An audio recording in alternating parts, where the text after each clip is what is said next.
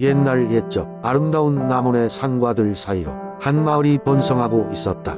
그 마을에는 유난히 밝고 아름다운 별들이 밤하늘에 가득한 고요한 정원이 있었다.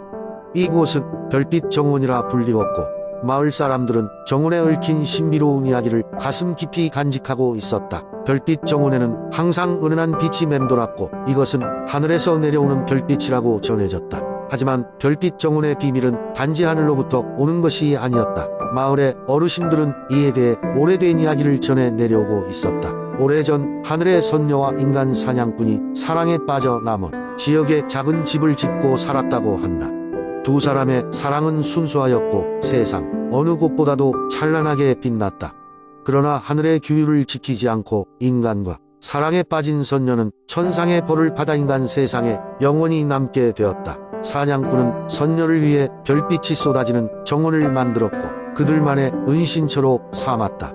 그리고 매일 밤 하늘의 별들이 그들의 사랑을 축복하며 정원에 내려와 빛을 선사했다고 한다. 그 후로 마을 사람들은 이 정원을 별빛 정원이라 부르며 두 사람의 사랑의 전설을 전해 내려오게 되었다. 그리고 누군가 진실한 사랑을 원한다면 이 정원을 찾아가 순수한 마음으로 소원을 빌면 그 소원이 이루어진다는 믿음이 생겨났다.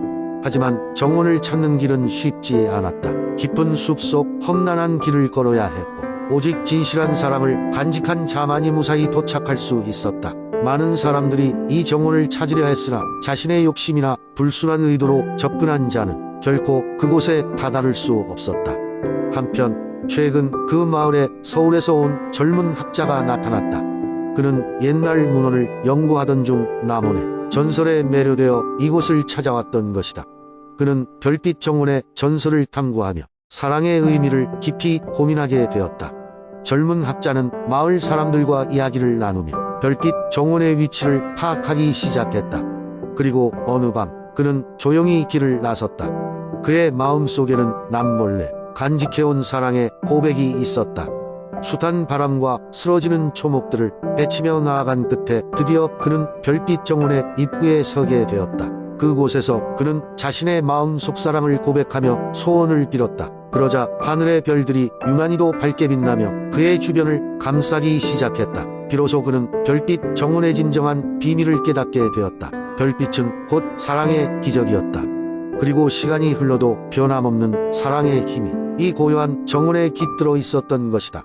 젊은 학자는 마음속 깊이 깨달음을 얻고 마을로 돌아갔으며 그도 또 하나의 전설로 남게 되었다. 그리고 남원의 별빛 정원은 여전히 밤하늘의 별들과 함께 순수한 사랑을 지켜나가고 있었다. 두 번째 이야기 한반도의 중심부에 위치한 충청북도 음성군은 여전히 많은 이들에게 미지의 장소입니다.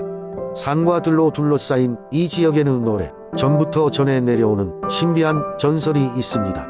그 전설을 따라 음성을 찾은 여행자들은 마치 시공간을 초월한 듯한 묘한 경험을 하곤 합니다. 옛날 옛적 음성에는 서산골이라는 작은 마을이 있었습니다. 이 마을은 특별한 이유로 인해 마을 전체가 침묵의 마법에 걸려 아무도 말을 할 수 없었습니다.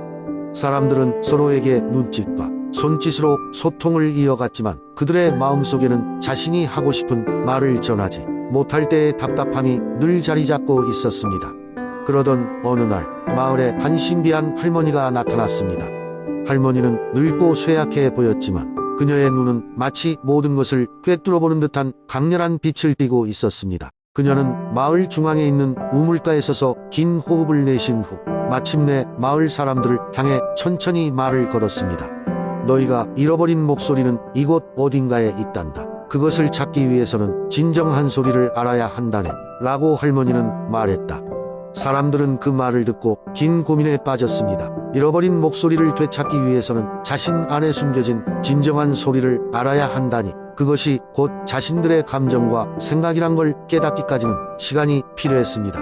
마을에는 어린 소녀 하나가 있었습니다. 그녀는 말을 하지 못했지만 항상 휘파람을 불며 마을 주변의 숲을 탐험하곤 했습니다. 사람들은 그녀가 마을에서 가장 용감하다고 믿었습니다. 소녀는 할머니의 말을 듣고 매일같이 숲으로 떠났습니다. 숲에는 여러 가지 소리들이 가득했습니다. 바람에 흔들리는 나뭇잎 소리, 흐르는 개울물 소리, 그리고 저 멀리서 들려오는 새소리까지. 소녀는 그 소리들을 하나하나 귀 기울여 들었습니다. 그렇게 시간이 흐르면서 소녀는 자신이 들은 소리들이 자연의 목소리일 뿐 아니라 마을 사람들이 잃어버린 목소리와도 연결되어 있다는 것을 느끼기 시작했습니다. 어느 날 소녀는 숲의 중심부에 다다랐습니다. 그곳에는 아름다운 꽃들이 만발해 있었고 그 중심에는 작은 호수가 있었습니다. 호수는 마치 거울처럼 맑았으며 그 위로는 연기처럼 신비한 형체들이 떠다니고 있었습니다. 소녀는 호수 앞에 앉아 무언가 강렬한 끌림을 느꼈습니다. 그 순간 호수에서 차분하고 쓸쓸한 노래 소리가 들려왔습니다. 그것은 마치 누군가 오래전부터 잠들어 있던 목소리가 깨어난 듯한 소리였습니다. 소녀는 그 소리에 맞춰 마음속에서 휘파람을 불기 시작했습니다. 그러자 소녀의 몸 주위로 빛이 감돌며 소녀가 잃어버린 목소리로 다시 말을 할 수 있게 되었습니다. 소녀는 이 신비로운 경험을 통해 자신뿐만 아니라 마을 사람들도 잃어버린 목소리를 되찾을 수 있음을 알게 되었습니다. 집으로 돌아온 소녀는 마을 사람들에게 자신의 이야기를 들려주었습니다. 마을 사람들은 그날 이후로 자신들의 감정과 생각을 마주하며 자연의 목소리를 듣는 시간을 갖기로 했습니다. 조금씩 마을 사람들은 서로에게 잃어버린 목소리를 전할 수 있게 되었고 마침내 마을은 침묵의 마법에서 벗어나게 되었습니다.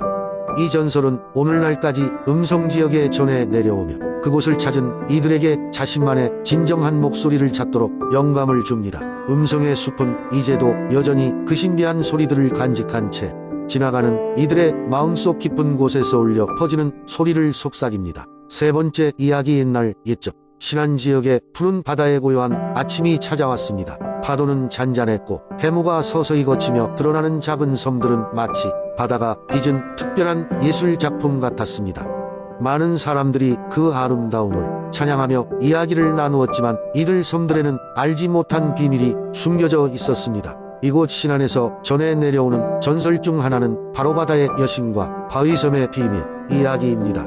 아득한 세월 전 이 바다에는 아름다운 여신이 살고 있었습니다. 그녀의 이름은 해운으로 바다와 구름을 다스리는 힘을 가진 신으로 유명했습니다. 해운은 매일 아침 파란 하늘을 열어 햇빛을 찬란히 내리비추게 하고 저녁이면 구름을 불러 황홀한 노을을 만들어냈습니다. 사람들은 해운의 은혜로운 힘에 깊이 감사했지만 그 누구도 그녀가 어디서 왔는지 어떻게 생겼는지 알지 못했습니다. 단지 그녀의 기적 같은 힘만이 바다를 통해 전해지고 있을 뿐이었습니다. 해운은 사람들이 바다에서 안전하고 풍요롭게 살 수 있도록 도왔습니다. 고기잡이 하러 나가는 어부들에게는 풍어를 가져다주고 항해자들에게는 안전한 길을 알려주곤 했습니다. 그러나 항상 마음 한켠에서 느낀 외로움은 그녀의 마음속에서 떠나지 않았습니다. 그녀는 바위섬 사이를 떠도는 외로운 영혼들 그리고 바닷속에 잠긴 수많은 이야기들과 함께 하고 싶다고 생각하게 되었습니다. 어느 날 해운은 바닷가에 살던 청년 서운과 맞닥뜨리게 됩니다. 서운은 바다에 대한 깊은 사랑을 지니고 있었고 그에 못지않은 호기심을 가진 인물이었습니다. 그는 신안의 수많은 섬들을 탐험하며 그곳에 숨겨진 비밀들을 찾아내려 했습니다. 어느 날 밤 바위섬 근처에서 태풍으로 인해 배가 뒤집힐 위기에 처했을 때 해운은 서운을 구해 바위섬의 정상으로 데려갔습니다. 새벽이 되어 눈을 뜬 서운은 믿을 수 없는 광경을 보게 됩니다.